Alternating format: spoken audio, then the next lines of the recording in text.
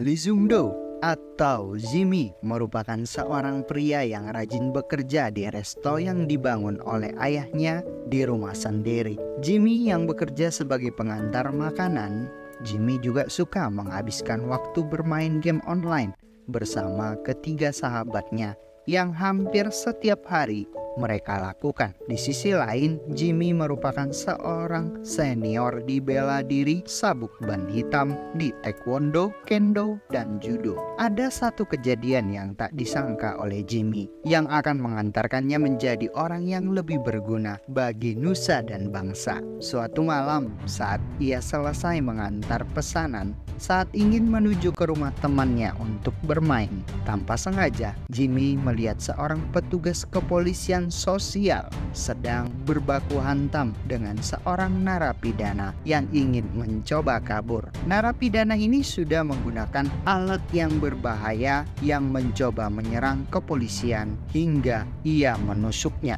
Jimmy langsung menolong petugas kepolisian tersebut dan menghajar sang narapidana. Berkat bantuan Jimmy, esok paginya di kantor dinas sosial, Jimmy diberikan penghormatan karena sudah membantu petugas bela diri yang sedang bertugas mengamankan narapidana. Di hari itu juga, Jimmy bertemu dengan manajer kepolisian sosial bernama Kim Sun Min dan mengajak Jimmy untuk berbicara secara empat mata. Orang yang dibantu oleh Jimmy bernama petugas Choi. Saat ini Choi sedang dirawat di rumah sakit yang secara otomatis posisi Choi saat ini sedang kosong sebagai petugas bela diri di kepolisian sosial. Hal ini membuat manajer Kim akan kesulitan di lapangan. Dengan keterbatasan tenaga di dinas kepolisian sosial, Kim memberikan penawaran ke Jimmy untuk bisa membantu tugas Pak Choi sementara waktu sebagai petugas bela diri di kepolisian sosial. Tugasnya tidak sulit. Cara kerja tim bela diri ini hanyalah memantau para narapidana yang sudah dikategorikan sebagai tahanan luar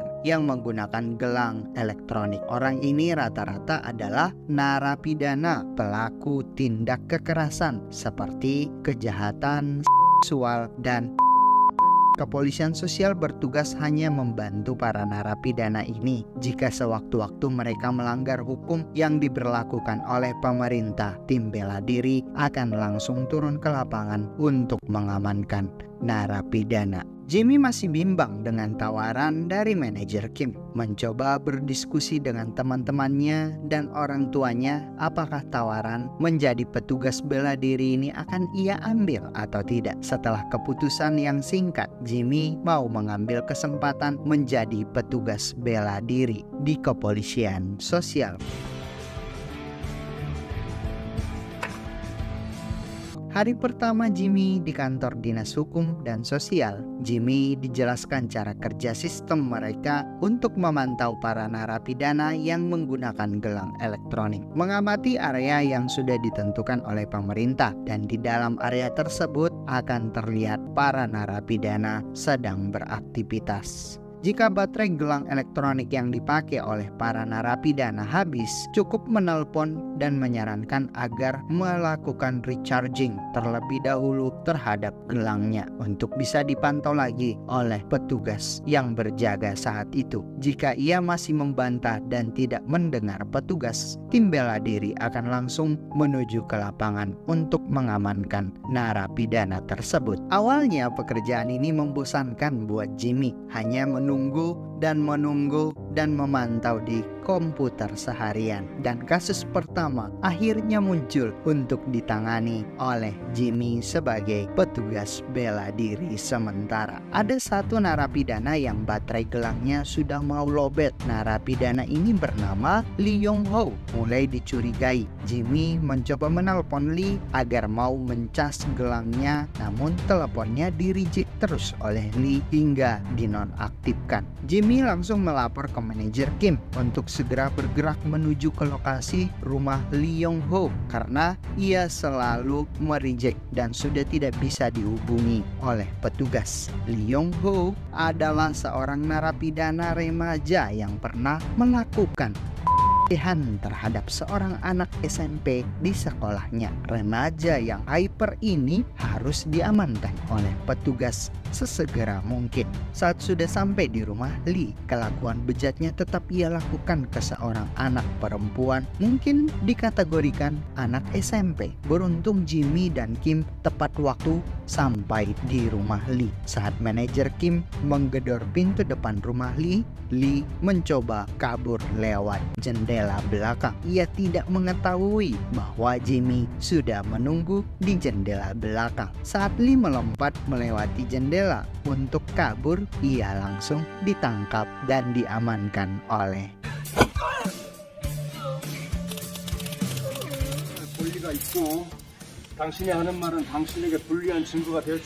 Jimmy mulai menyukai pekerjaannya sebagai petugas bela diri karena ini berkaitan dengan hobinya olahraga, hingga seorang pedofil yang mencoba mendekati ke sekolah TK anak-anak untuk memainkan imajinasinya dari kejauhan. Jimmy berhasil mengamankan pemuda yang menyimpang ini. Ada satu kejadian yang mengetuk hatinya Jimmy yang membuat ia mulai menyukai menjadi seorang petugas bela diri. Saat Jimmy dan kawan-kawannya sedang makan bersama ditraktir oleh manajer Kim mendapatkan telepon dari kantor bahwa ada seorang narapidana parubaya bernama Mi Dong Ho. Seorang narapidana yang gelang elektroniknya sudah lowbat, nomor teleponnya juga sudah tidak bisa dihubungi. Mi Dong Ho berkeliaran di salah satu rumah warga dengan indikasi jangan-jangan ia ingin melakukan sebuah hal yang tidak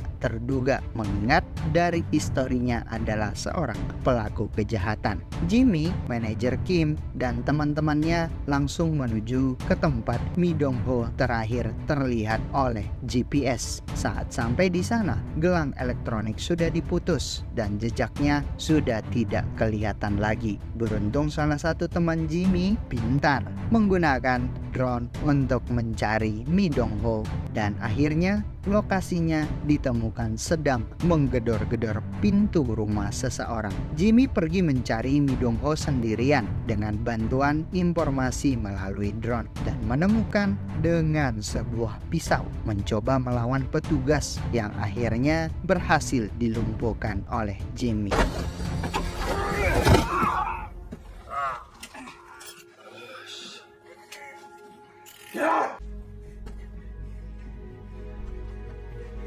Tapi ada satu problem yang harus diambil keputusan secara tepat oleh Jimmy. Mi Dong Ho mencoba mengakhiri seluruhnya. Manajer Kim mencoba mengarahkan Jimmy untuk mengikuti perkataannya melalui earphone, memberikan semangat lagi untuk Mi Dong Ho. Mi Dong Ho mulai diberikan motivasi oleh Jimmy untuk bisa memulai hidup kembali, memulai dari nol lagi tanpa perlu mendengarkan orang lain. Meskipun Mi Dong Ho adalah seorang narapidana yang akan segera bebas. Mi Dong Ho yang sudah putus asa dengan hidupnya akhirnya luluh juga dengan kata-kata Jimmy yang akhirnya Mi Dong Ho menyerahkan diri.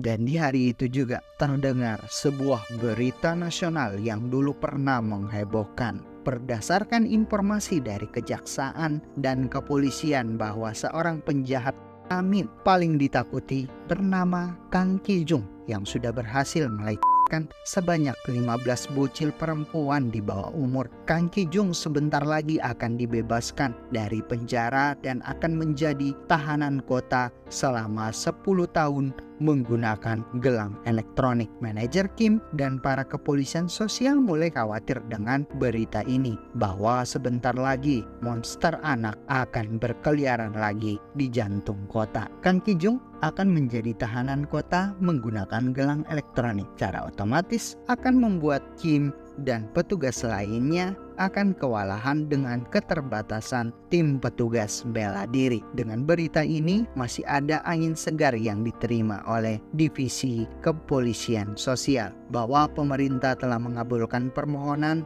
Dinas Kepolisian Sosial untuk menambahkan anggaran lembaga ini. Manajer Kim boleh merekrut orang lain untuk menambah personilnya. Jimmy yang merasa bahwa pekerjaan ini sangat mulia, bisa menolong orang-orang yang ada di sekitarnya, apalagi menolong orang yang lemah, membuat Jimmy lebih menyukai pekerjaan ini. Berkaitan dengan hobinya yang suka olahraga dan taekwondo, setelah memantapkan tekadnya dan sudah meminta izin ke ayahnya bahwa ia mengajukan ke manajer Kim untuk menjadi kepolisian sosial sebagai petugas bela diri. Dan setelah bertemu dengan manajer Kim, ia langsung diterima menjadi petugas bela diri hari itu juga. Apalagi manajer Kim membutuhkan orang untuk mengawasi Kang Ki-jung selama 24 jam untuk memantau monster anak-anak. Mungkin Jimmy lah orang yang tepat untuk diandalkan memantau Kang Ki-jung. Berita nasional telah mengumumkan bahwa Kang Ki-jung akan dibebaskan hari ini menjadi tahanan kota menggunakan gelang elektronik. Jimmy dan manajer Kim akan mendampingi Kang Ki-jung untuk proses keluarnya dari penjara hingga sampai ia aman ke rumahnya. Warga yang sudah menunggu kedatangan Kang Ki-jung di depan rumahnya rasanya ingin menghajar orang seperti Kang Ki-jung, seorang pelaku kejahatan yang masih banyak memakan korban-korban, terutama bocil-bocil. Dan saat sampai di depan rumah Kang Ki-jung, sumpah serapah itu benar-benar keluar dari mulut masyarakat. Masyarakat mulai mendemo dan tidak terima akan kebebasan seorang monster anak-anak hingga Kang Ki-jung selamat sampai ke rumahnya. Mulai hari itu, Jimmy dan manajer Kim akan bertugas memantau seluruh aktivitas Kang Ki-jung. Baru sehari keluar sebagai tahanan kota, Kang Ki-jung sudah melakukan hal yang mencurigakan. Kang Ki-jung diam-diam pergi bertemu seseorang di sebuah parkiran basement yang tidak jauh dari rumahnya. Kang Ki-jung bertemu dengan seseorang yang lebih bejat lagi daripada narapidana ini. Laki-laki bernama Kim Min-wook menawarkan pekerjaan ke Kang Ki-jung untuk membuat sebuah video sila dengan seorang anak yang nanti akan ia siapkan. Kang Ki-jung cukup melakukan sesuai dengan video-video sebelumnya, melakukan adegan-adegan yang tidak diinginkan. Lokasi, aktris bocil, dan kameramen akan disiapkan oleh Kim Min-wook. Jika Kang Ki-jung menerima tawaran ini, akan mendapatkan bayaran 10 juta won. Jimmy yang mengikuti Kang Ki-jung kesulitan menemukan di parkiran basement. Justru Jimmy mencurigai sebuah mobil mewah yang kacanya tidak bisa dilihat dari luar. Tapi Jimmy akan mengingat plat mobil mewah ini. Berdasarkan GPS di parkiran inilah Kang Ki-jung terakhir terlihat. Dan tiba-tiba saat Kim menelpon Kang Ki-jung untuk mengkonfirmasi keberadaannya, Kang Ki-jung sudah ada di sebuah restoran kecil lagi membeli gimbap di dekat pertokoan rumahnya.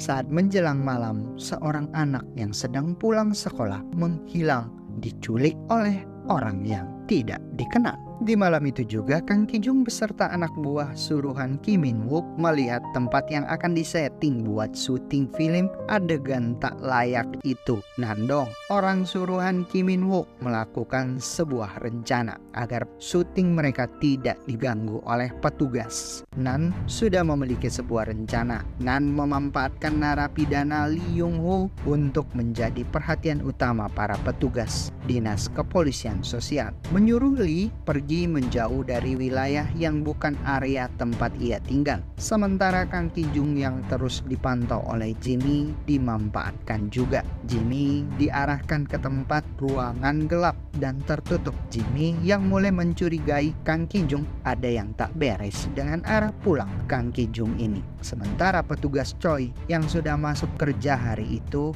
mencurigai Lee yang pergi ke area yang tidak masuk wilayah batas areanya. Petugas Petugas Choi yang mulai melihat kecurigaan ini mengajak manajer Kim untuk bergerak ke wilayah yang dituju oleh Lee Yong Ho untuk menyuruhnya kembali ke area yang sudah ditentukan. Namun teleponnya sudah tidak aktif. Manajer Kim, Choi, dan Jimmy ternyata disetting dibuat menjadi lokasi yang berbeda, dipisahkan. Semua ini adalah jebakan Han untuk pengalihan para petugas agar Kang Ki-jung akan segera syuting beradegan dengan seorang bocil agar aman dari petugas kepolisian sosial. Perbakuhan taman pun terjadi di dua area tersebut.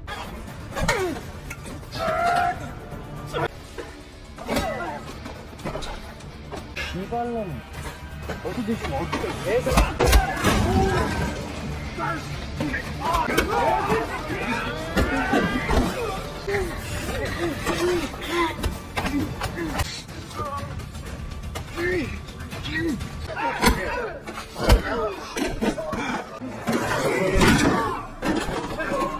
Dan di insiden perbakuhan taman itu, petugas Choi dihajar hingga meninggoy oleh beberapa orang yang berbadan besar. Sedangkan manajer Kim kepalanya dihantam hingga tak sadarkan diri. Jimmy yang memiliki ban hitam taekwondo dan judo berhasil menghabisi para preman suruhan ini. Tetapi ia kehilangan jejak dari Kang Ki-jung. Jimmy yang langsung menuju ke rumah Kang Ki-jung saat ingin menaiki tangga menuju pintu rumah, Jimmy mulai curiga ada jejak kaki yang menuruni ruang bawah tanah. Jimmy langsung menuju ke tempat tersebut. Kang Ki-jung yang sudah siap dengan gayanya untuk beradegan seperti artis Cap dibantu oleh Han sebagai kameramen handal. Jimmy langsung mendengar tangisan seorang anak kecil. Tetangga yang mendengar kebisingan itu langsung menelpon kepolisian untuk segera datang. Jimmy yang masuk melalui jendela langsung berbaku hantam dengan Kang Ki-jung dan Han.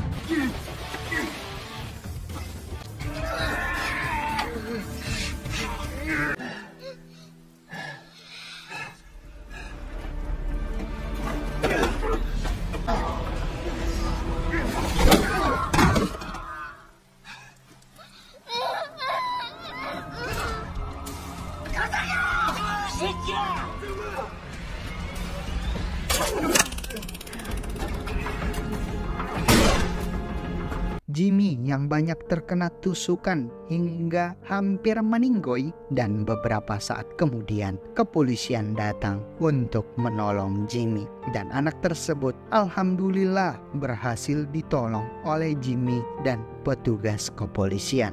Jimmy langsung buru-buru dibawa ke rumah sakit untuk mendapatkan perawatan pertama. Anak yang ditolong oleh Jimmy ini bernama Minju. Minju trauma dengan apa yang sudah terjadi terhadap dirinya. Minju mulai ketakutan dengan orang-orang baru, mulai tidak berani keluar rumah maupun pergi sekolah. Sebuah surat kecil dari seorang anak yang dititipkan ke Jimmy, sebuah suara dari hati Minju. Kejadian yang membuatnya trauma mendalam membuat Jimmy mulai tergugah hatinya. Jimmy mulai kepikiran menggunakan teman-temannya untuk berbuat kebaikan demi menolong sesama, untuk bisa menangkap Kang Ki-jung, seorang monster yang berhasil kabur saat itu. Jimmy masih ingat plat mobil yang pernah ia temui di basement bawah tanah dekat rumah Kang Ki-jung. Salah satu temannya, si Gemoy, mulai mencari kepemilikan mobil tersebut berdasarkan plat mobil. Mungkin dari mobil inilah Jimmy bisa menemukan Kang Ki-jung, seseorang bernama Kim Min-wook, dan menemukan alamat apartemennya. Jimmy beserta teman-temannya langsung bergerak ke apartemen Kim Min-wook dan berhasil menyekap Kim Min-wook, mulai meretas seluruh file komputer di dalam komputer Kim Min dan mencari tahu apa yang sedang dilakukan oleh Kim Min selama ini. Ternyata di dalam komputer tersebut banyak terdapat video yang yang tidak baik untuk dipertontonkan untuk umum, untuk khalayak banyak. Video bocil dan dewasa berpakaian miskin. Kim yang merupakan dalang semua ini menggunakan jasa Kang Ki-jung untuk membuat sebuah video beradegan dengan seorang bocil. Setelah itu baru ia menjualnya dengan mahal di web rahasia. Setelah diberi pelajaran oleh Jimmy, Kimin akhirnya mengakui dan memberitahukan keberadaan Kang Ki-jung. Jimmy langsung menelpon kepolisian untuk menuju ke lokasi rumah Kim In-wook yang sudah lengkap dengan barang bukti. Setelah mereka mendapatkan lokasi Kang Ki-jung, Jimmy langsung bergerak menuju ke lokasi. Sesampai di lokasi, teman-teman Jimmy mulai bergerak dengan drone untuk mengetahui keberadaan Kang Ki-jung, menanyakan ke tetangga apakah mengenal Kang Ki-jung atau tidak, hingga menemukan sebuah pintu yang mencurigakan tempat Kang Ki-jung bersembunyi bersama dengan teman-temannya yang sedang bermain gaplek dengan taruhan Rp2.000 sekali lewat. Setelah Jimmy masuk ke dalam rumah itu, terjadilah perbaguhan taman di antara mereka.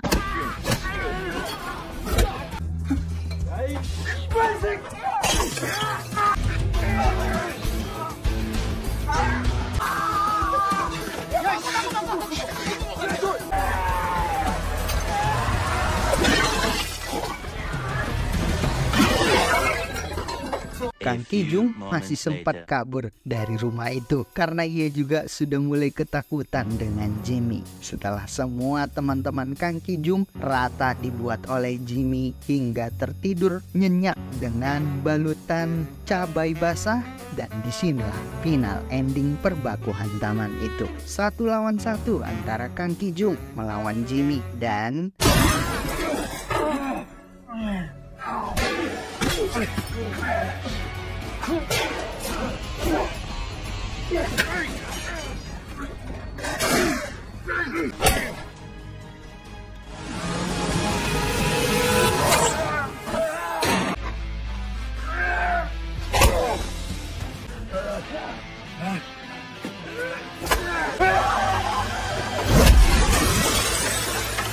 dan akhirnya Kang Ki-jung berhasil dilumpuhkan oleh Jimmy.